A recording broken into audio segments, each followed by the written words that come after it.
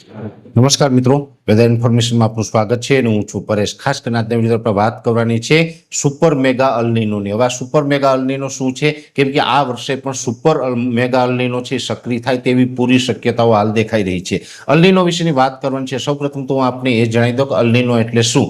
El Nino એટલે કે જે પ્રશાંત મહાસાગરનું જે અમુક જે વિસ્તારો છે એનું તાપમાન જ્યારે નોર્મલ કરતાં ઊંચું જાય છે, જેને અલ્નીનો કહેવામાં આવે છે। અને અલ્નીનોને કારણે દરિયાઈ પાણી છે એ હીટ પકડતું હોય છે અને એ જે અલ્નીનો સક્રિય થાય છે, જે પ્રશાંત મહાસાગરનું તાપમાન ઊંચું જાય છે, જેને કારણે પૃથ્વીના ઘણા બધા દેશોની અંદર વરસાદ છે અનરેગ્યુલર થવો, ઘણી જગ્યાએ દુષ્કાળ પડવો, ઘણો બધો ઓછો વરસાદ પડવો, અનેક રૂપમાં એની વિપરીત અસરો જોવા મળતી હોય છે। જોકે ઘણી વખત એવું પણ બને છે કે અલ્નીનો સક્રિય થાય છતાં પણ જો આયોડી પોઝિટિવ હોય તો ભારત અથવા તો ગુજરાતનું ચોમાસું છે સારું પણ જતું હોય છે। એટલે આ વર્ષે અલ્નીનો છે ખૂબ મજબૂત રીતે સક્રિય થવાનું છે, છતાં પણ ગુજરાતનું ચોમાસું ચોક્કસથી સારું રહેશે, આ મને વિશ્વાસ છે। એટલે આ અલ્નીનોને કારણે ગુજરાતીઓએ ક્યાંય ડરવાની જરૂર નથી। હવે આ સુપર મેગા અલ્નીનો શું છે એની એક તો ખાસ વાત કરવાની છે। આમ જોવા જઈએ તો આજથી 149 વર્ષ પહેલા સુપર મેગા અલ્નીનો સક્રિય થયો હતો, એટલે કે વર્ષ 1877 ની અંદર સુપર મેગા અલ્નીનો સક્રિય થયો હતો અને એ અલ્નીનોને કારણે 4% વસ્તી છે એ પાણી અને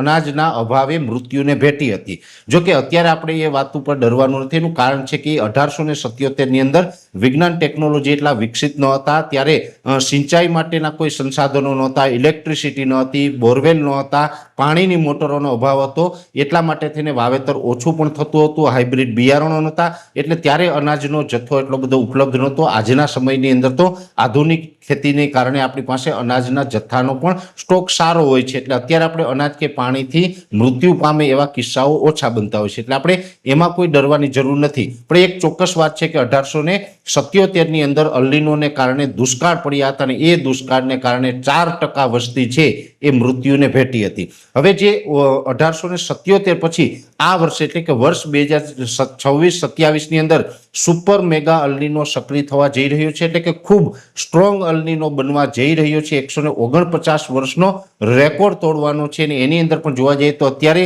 જે કંઈ માઇક્રોનેશિયાથી લઈ અને કેલિફોર્નિયા સુધીનો જે વિસ્તાર છે, આ વિસ્તારની અંદર એટલે કે 8046 કિલોમીટરની અંદર ગરમીની લહેર છે એ સમુદ્રી સપાટી ઉપર ફેલાઈ ચૂકી છે।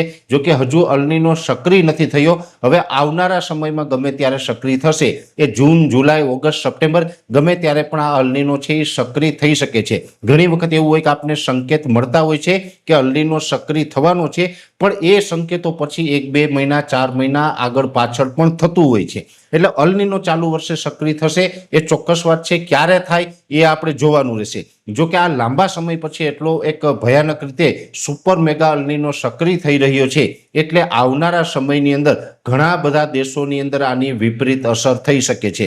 સુપર મેગા અલ્નીનો જ્યારે સક્રિય થાય છે ત્યારે લગભગ પૃથ્વીના 50% કરતાં વધારે વિસ્તારોની અંદર દુષ્કાળ અને અનાવૃષ્ટિ જેવી પરિસ્થિતિનું નિર્માણ થાય છે।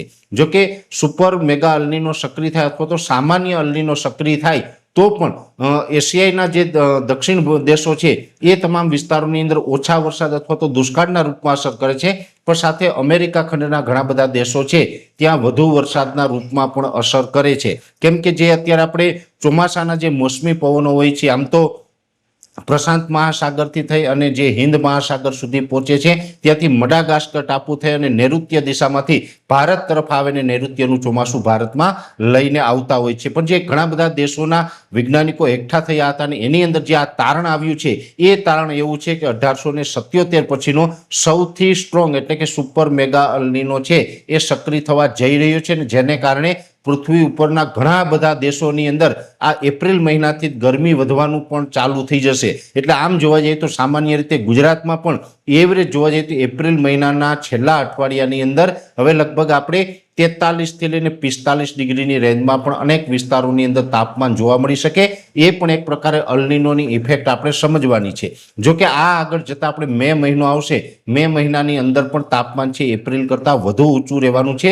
આ વાત છે ગુજરાતની, પણ ગુજરાત સિવાય પણ ભારત દેશના અલગ અલગ રાજ્યોમાં અને બીજા ઘણા બધા દેશોની અંદર નોર્મલ કરતાં તાપમાન આ વર્ષે ઊંચું જશે, જેનું કારણ છે કે જે પ્રશાંત મહાસાગરનો જે સમુદ્રી સપાટી છે એની અંદર 8,046 કિલોમીટરની અંદર જે ગરમી છે એ ફેલાઈ ચૂકી છે અને હવે ધીમે ધીમે અલ્નીનો તરફ આ પરિસ્થિતિ જઈ રહી છે એટલે આપણે આ ગરમી સામે પણ ઝઝૂમવું પડશે. ખાસ કરીને જોવા જઈએ તો અત્યારે આપણે લાંબા ગાળાના પેરામીટર પ્રમાણે એવું લાગી રહ્યું છે આઈઓડી એટલે કે ઇન્ડિયન ઓશન ડિપોલ છે એ પોઝિટિવ રહેવાનો છે. ચોમાસા દરમિયાન એ પોઝિટિવ રહે તો ગુજરાતના ચોમાસા ઉપર બહુ કોઈ ખતરો નથી. ગુજરાતનું ચોમાસું છે એ ક્યાંય ને ક્યાંય સારું જ જશે આવો ચોક્કસથી વિશ્વાસ છે. પણ અલ્નીનો સક્રિય થશે. જોકે ઘણા બધા મીડિયાના મારફતે તમને હવે એ જે જાણ થશે એની અંદર જે આંકડો બતાવવામાં આવશે ખાસ તો દરેક ખેડૂત ભાઈઓને એ અપીલ કરવાની હતી કે જેવી રીતે જોવા જઈએ તો અલ્નીનોને કારણે જે 1877ની અંદર 4% જેટલી વસ્તી છે એ ભૂખ અને તરસથી એટલે કે અનાજ અને પાણી વગર મૃત્યુને ભેટી હતી.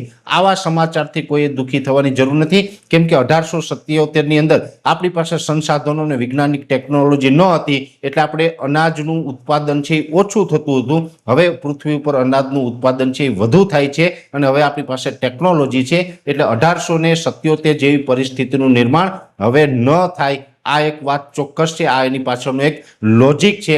પણ અલ્નીનો સક્રિય થવા જઈ રહ્યો છે અને 149 વર્ષનો એક નવો રેકોર્ડ બનાવે તેવી પૂરી શક્યતાઓ હાલ અમને દેખાઈ રહી છે. એટલે અલ્નીનો માટે દરેક દેશોએ હવે આપણે તૈયાર રહેવું પડશે. અત્યારે આ વિડીયોની અંદર એટલું જ. અંતમાં દરેક મિત્રોને વિનંતી રહેશે કે આ વિડીયોને લાઈક આપીને દરેક ગ્રુપમાં શેર કરી દેવો.